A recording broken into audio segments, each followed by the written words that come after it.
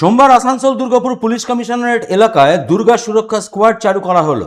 Police commissioner doctor Pranab Kumar, জেলা magistrate S পন্নাম্বালাম, পৌর corporation commissioner Dilip মিশ্র এবং জেলা প্রশাসনের অন্যান্য ঊর্ধ্বতন কর্মকর্তাদের উপস্থিতিতে মন্ত্রী অগ্নিমিত্রা পাল আসানসোলের শরৎ মঞ্চে দুর্গা সুরক্ষা স্কোয়াডের উদ্বোধন করেন। থানা চত্বরকে পরিষ্কার পরিচ্ছন্নতা রাখার জন্য একটি প্রতিযোগিতায় অন্ডাল, জামুরিয়া এবং পাণ্ডবেশ্বর থানাকে পুরস্কৃত করা হয়। এই উপলক্ষে মন্ত্রী বলেন, রাজ্যের মুখ্যমন্ত্রী শুভেন্দু অধিকারী সর্বদা নারী সুরক্ষার উপর সর্বোচ্চ গুরুত্ব দিয়েছেন এবং তারই ফলস্বরূপ দুর্গা সুরক্ষা স্কোয়াড গঠন।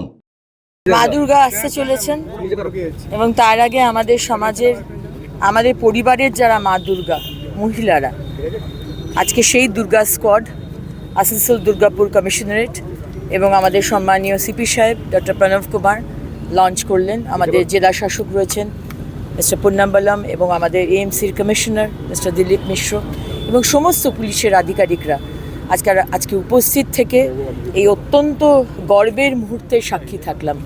প্রায় 10 জন স্ত্রী শক্তি তারা আজকে দুর্গা স্কোয়াডের মেম্বার হয়ে 10টা মোটরসাইকেল এবং স্কুটি তারা ঘুরে বেড়াবেন আমাদের পুরো জেলায় এবং এরপরে দুর্গাপুরেও একটা লঞ্চ হবে এবং একটা টিম তারা রাস্তায় থাকবে।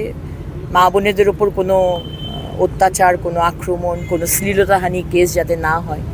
এবং মাননীয় মুখ্যমন্ত্রী শ্রী শুভেন্দু অধিকারী মহাশয় তো প্রথম দিন থেকেই ক্যাটেগরিক্যালি বলে দিয়েছেন যে জিরো টলারেন্স, মহিলাদের সুরক্ষায় যাতে কোনো রকম ঘাটতি না হয় এবং অত্যাচার না হয়। Police commissioner doctor Pranab Kumar বলেন যে এদিনের দুর্গা বাহিনী আসানসোলে চালু করা হয়েছে এবং খুব শীঘ্রই তা দুর্গাপুরেও চালু করা হবে। এই দুর্গা বাহিনীর দলে 10 জন মহিলা পুলিশ কর্মকর্তা রয়েছেন যারা নারী নিরাপত্তা নিশ্চিত করবেন। আজকে আমাদের মাননীয় মন্ত্রী মহোদয় আমাদের দুর্গা সুরক্ষা স্কোয়াড যেটা আছে সেটা লঞ্চ করেছেন। আমরা এরপরে এটা দুর্গাপুরের জন্য লঞ্চ করব।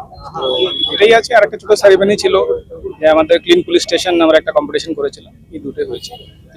সঞ্জয় যাদব, 99 নিউজ বাংলা, আসানসোল। আপনারা দেখছেন 99 নিউজ বাংলা। বদলাবো আমরা।